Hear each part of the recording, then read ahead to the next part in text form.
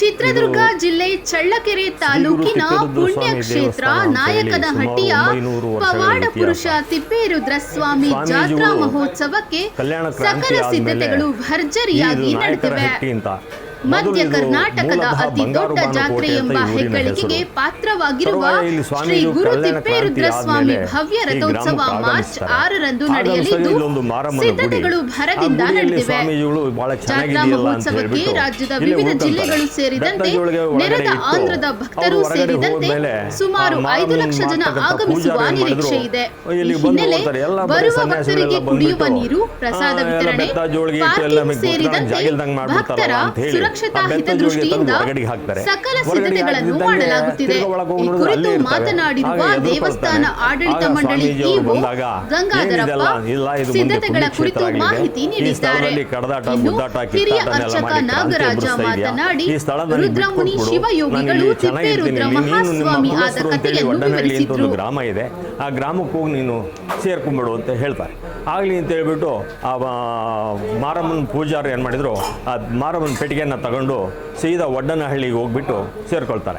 ತರುವಾಯ ಊರಿನ ಜನಗಳಿಗೆಲ್ಲ ಗೊತ್ತಾಗುತ್ತೆ, ಸ್ವಾಮೀಜಿಯವರು ಅಲ್ಲಿ ಕಂಡ್ರು ಇಲ್ಲಿ ಕಂಡ್ರು, ಕೇಳಿದ್ದೆ ಕೊಟ್ಟರು ಒಳ್ಳೆಯದಾಯಿತು ಅಂತೇಳಿ. ಇಲ್ಲಿ ಸಾಮಂತ ದೊರೆ ಮಲ್ಲಪ್ಪ ನಾಯಕ ಅಂತೇಳಿ ವಾಸ ಮಾಡ್ತಿರ್ತಾರೆ. ಇಲ್ಲೊಂದು ದೊರೆ, ಇದು ಆನೆಗುಂದಿ ಸಂಸ್ಥಾನಕ್ಕೆ ಸೇರಿರ್ತಕ್ಕಂಥ ಇದೊಂದು ಸ್ಥಳ. ಆಗ ಸ್ವಾಮೀಜಿಗಳು ಇಲ್ಲಿ ಇರೋದು ಗೊತ್ತಾದ ಮೇಲೆ ಅವಾಗೆಲ್ಲ ಬಂದು ನೋಡಿಬಿಟ್ಟು, ನಿಮ್ಮ ಹೆಸರು ಏನು ಅಂದರೆ, ನನ್ನ ಹೆಸರು ರುದ್ರಮುನಿ ಶಿವಯೋಗಿಗಳು ಅಂದರು. ನಮ್ಮ ಜನಗಳಿಗೆ ಹೇಳಕ್ಕೆ ಬರಲಿಲ್ಲ, ರುದ್ರಮುನಿ ಶಿವಯೋಗಿ ಅಂತ ತಮಗೆ ಬರಲಿಲ್ಲ. ಆ ತಿಪ್ಪೆಗಿದಾರಲ್ಲ ಸ್ವಾಮಿಗಳು, ತಿಪ್ಪೇರುದ್ರ ಅಂತ ನಾಮಕರಣ ಮಾಡಿದರು. ನಾಮಕರಣ ಆಗೋಯ್ತು. ಅವತ್ತಿನ ದಿವಸ ತಿಪ್ಪೇರುದ್ರ ಸ್ವಾಮಿಗಳು ಆಗೋದ್ರು. ಶ್ರೀ ಗಂಗಾಧರಪ್ಪ ಎಚ್ ಕಾರ್ಯನಿರ್ವಾಹಕ ಅಧಿಕಾರಿಗಳು, ಶ್ರೀ ಗುರು ತಿಪ್ಪೇರುದ್ರ ಸ್ವಾಮಿ ದೇವಸ್ಥಾನ, ನಾಯಕನಹಟ್ಟಿ, ಚಳ್ಳಕೆರೆ ತಾಲೂಕು, ಚಿತ್ರದುರ್ಗ ಜಿಲ್ಲೆ. 2026ರ ವಾರ್ಷಿಕ ಜಾತ್ರೆ ಪ್ರಯುಕ್ತ ನಾವು ಸಕಲ ಸಿದ್ಧತೆಗಳನ್ನು ಮಾಡಿಕೊಳ್ಳಲಾಗಿದೆ. ಮೊದಲನೇದಾಗಿ ಮಾನ್ಯ ಉಸ್ತುವಾರಿ ಸಚಿವರು, ಜನಪ್ರತಿನಿಧಿಗಳು ಹಾಗೂ ಊರಿನ ಗ್ರಾಮಸ್ಥರಲ್ಲಿ ನಾಯಕನಹಟ್ಟಿ ಪೂರ್ವಭಾವಿ ಸಭೆಯನ್ನು ಜಾತ್ರೆ ಪ್ರಯುಕ್ತ ನಡೆಸಲಾಗಿ ಏನೇನು ಕಳೆದ ಲೋಪದೋಷಗಳು ಏನಿದ್ವು, ಏನೇನು ಮಾಡಬೇಕು ಅನ್ನೋದ್ರ ಬಗ್ಗೆ ಎಲ್ಲ ಕೂಲಂಕಷವಾಗಿ ಪರಿಶೀಲನೆ ಮಾಡಿ ನಮ್ಮ ಉಸ್ತುವಾರಿ ಸಚಿವರು, ಜಿಲ್ಲಾ ಮಟ್ಟದ ಅಧಿಕಾರಿಗಳು ಸಹ ನೇರವಾಗಿ ನಮಗೆ ನಿರ್ದೇಶನ ನೀಡಿರ್ತಾರೆ. ಅದರಂತೆ ಕ್ರಮಗೊಳ್ಳಲಾಗ್ತದೆ. ಅದು ನಂತರ ಅಧಿಕಾರಿಗಳ ಸಭೆಯನ್ನು ಜಿಲ್ಲಾ ಮಟ್ಟದಲ್ಲಿ ಮೊನ್ನೆ ಜಿಲ್ಲಾಧಿಕಾರಿ ಅಧ್ಯಕ್ಷತೆಯಲ್ಲಿ ಸಹ ತೆಗೆದುಕೊಂಡು ಎಲ್ಲ ರಿವ್ಯೂಗಳನ್ನು ಮಾಡಲಾಗಿದೆ. ಈ ಸರಿ ವಿಶೇಷವಾಗಿ ಮೈಸೂರು ದಸರಾ ಟೈಪು ಒಂದು ಊರಿನ ತುಂಬ ಲೈಟಿಂಗ್ ವ್ಯವಸ್ಥೆಯನ್ನು ಮಾಡಲಾಗಿದೆ. ತುಂಬ ಚೆನ್ನಾಗಿ ಕಾಣ್ತಾ ಇದೆ ಕೂಡ. ಅದು ಆಲ್ರೆಡಿ ಜಾರಿಯಲ್ಲಿದೆ ಅದು. ಮತ್ತು ನಮ್ಮ ಬಂದಾದ ಭಕ್ತಾಳಿಗೆ 250ರಿಂದ ಜಾಸ್ತಿ ಬಸ್ ಇದ್ದಾವೆ. 250, 250, 2500 ಅಂದ್ರೆ ಬಸ್ಸು ಕೂಡ ಬಿಡ್ತಿದ್ದಾರೆ. ಎಲ್ಲ 7 ದಿಕ್ಕಿಂದ ಬಸ್ಸು ಬರ್ತಿದ್ದಾವೆ. ಹಾಗೆ 2500 ಮೇಲ್ಪಟ್ಟು ಪೊಲೀಸರು ಕೂಡ, ನಮ್ಮ ಆರಕ್ಷಕ ಸಿಬ್ಬಂದಿಗಳು ಕೂಡ ನಿಯೋಜನೆ ಮಾಡಲಾಗಿದೆ. ದೇವಸ್ಥಾನ ನಮ್ಮ ನಾಯಕನಹಟ್ಟಿಗೆ ಬರುವ 7 ಚೆಕ್ ಪೋಸ್ಟ್ಗಳನ್ನು ತೆರೆದು ಸಕಲ ಸಿದ್ಧತೆಗಳು, CC ಕ್ಯಾಮ್ರಾ ಕಣ್ಗಾವಲಿನಲ್ಲಿ ತಪಾಸಣೆಯನ್ನು ಮಾಡಿ, ಹಾಗೆ ನಮ್ಮ ಯಾವುದೇ ಪ್ರಾಣಿ ಬಲಿ ನಿಷೇಧ ಹಾಕದಂತೆ ಕೂಡ ಅಲ್ಲೇ ಚೆಕ್ ಪೋಸ್ಟ್ಗಳಲ್ಲಿ ತಡೆದು ಬಿಡಲಾಗ್ತದೆ. ಹಾಗೆ ಜನಸಂದಣಿ ಹೆಚ್ಚಾಗೋ ದೃಷ್ಟಿಯಿಂದ CC ಕ್ಯಾಮ್ರಾಗಳು ಕೂಡ ಪರ್ಮನೆಂಟ್ ನಮ್ಮ ನಾಯಕನಹಟ್ಟಿ ದೇವಸ್ಥಾನದ ವತಿಯಿಂದ 35 ಪರ್ಮನೆಂಟ್ ಕ್ಯಾಮ್ರಾಗಳಿದ್ದಾವೆ.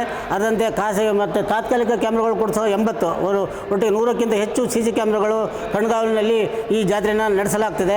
ಹಾಗೆ ನಮ್ಮ ಅವಘಡ ನಡೆದಂತೆ, ಬೆಂಕಿ ಅವಘಡಗಳು ನಡೆಯದಂತೆ ನಮ್ಮ ಫೈರ್ ತಂಡ ಕೂಡ 2 ಲಾರಿ ಬರ್ತಾಯಿದ್ದಾವೆ. ಒಂದು ಹೊರಮಠ, ಒಂದು ಒಳಮಠದಲ್ಲಿ ಇದ್ದಾವೆ. ಇನ್ನು ಬೈಕ್ ಫೈರು ಇದ್ದಾವೆ, 2-3 ತರಿಸ್ತೀವಿ. ಅದು ಕೂಡ ವ್ಯವಸ್ಥೆ ಮಾಡಲಾಗ್ತದೆ. ಇನ್ನು ಉಳಿದಂತೆ ನಮ್ಮ ಕೆರೆ ತುಂಬಿರೋದ್ರಿಂದ SDRF ತಂಡಗಳು ಕೂಡ ಬರ್ತಾಯಿದೆ. ಅವು ಕೂಡ ಕೆರೆ ದಂಡದಲ್ಲಿ ಇರ್ತವೆ. ಯಾರೇ ನೀರಿನ ಅವಘಡ ನಡೆದಂತೆ ಅವು ಕೂಡ ನಡೆಯದಂತೆ ತಡೆಗಟ್ಟಲು ಕ್ರಮ ಕೈಗೊಳ್ಳಲಾಗ್ತದೆ. ಮತ್ತು ಇನ್ನೇನು ಭಕ್ತರು ದಾಸೋಹ ಮಾಡಿಸ್ತಾರೆ. ಅದು ಕೂಡ ನಮ್ಮ ಭಕ್ತರನ್ನ ಫುಡ್ ಸೇಫ್ಟಿ ಆಫೀಸರಿಂದ ಪರೀಕ್ಷೆ ಒಳಪಡಿಸಿ ಭಕ್ತರಿಗೆ ದಾಸೋಹ ನಡೆಸಬೇಕು ಅಂತ ಕೂಡ ಎಚ್ಚರಿಕೆ ಕೊಡಲಾಗಿದೆ.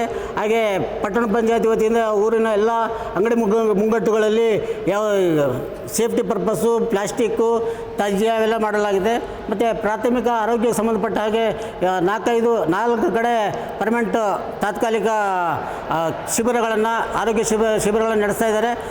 ಅವರಲ್ಲಿ ಎಲ್ಲ ಪ್ರಾಥಮಿಕ ಚಿಕಿತ್ಸೆಗೆ ಏನು ಬೇಕು, ORS, ಪ್ಯಾರಾಸಿಟಮಲ್ಲು, ಆದಮೇಲೆ ಪ್ರಥಮ ಚಿಕಿತ್ಸೆಗೆ ಏನು ಬೇಕು ಎಲ್ಲ ಸರಬರಾಜು ಇದೆ. ಇನ್ನು ಹೆಚ್ಚಿನಗಾಗಿ 4 ಆಂಬ್ಯುಲೆನ್ಸ್ ಕೂಡ ರೆಡಿ ಇರ್ತವೆ. ಹೆಚ್ಚಿನ ಏನು ಚಿಕಿತ್ಸೆ ಬೇಕಾದರೆ ಆಂಬ್ಯುಲೆನ್ಸ್ ಕೂಡ ಪಕ್ಕದ ಹಳ್ಳಿಗೆ ಅಥವಾ ಚಳ್ಳಕೆರೆಗೆ ಹೋಗುವಂಥ ವ್ಯವಸ್ಥೆಯನ್ನು ಕೂಡ ಮಾಡ್ಕೊಂಡಿದ್ದೀವಿ.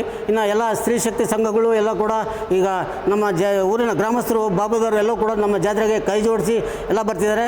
ನಮ್ಮ ನಾಯಕನಹಟ್ಟಿಗೆ ಬರುವ ಎಲ್ಲ ಯಾತ್ರಿಕರಿಗೆ ನಮ್ಮ ನಾಯಕನಹಟ್ಟಿ ಜನ ತುಂಬ ಸಹಕಾರ ಕೊಡ್ತಿದ್ದಾರೆ. ಅದರಿಂದ ಜಾತ್ರೆ ಯಶಸ್ವಿ ಆಗ್ತದೆ ಅಂತ ಕೇಳ್ಕೊಳ್ತೀನಿ. ಮಧ್ಯಾಹ್ನ 6ನೇ ತಾರೀಕು 3 ಗಂಟೆಗೆ ಮಹಾರಥೋತ್ಸವ ಆಗ್ತದೆ.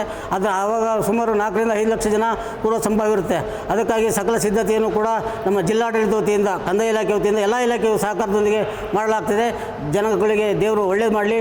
ಧನ್ಯವಾದಗಳು.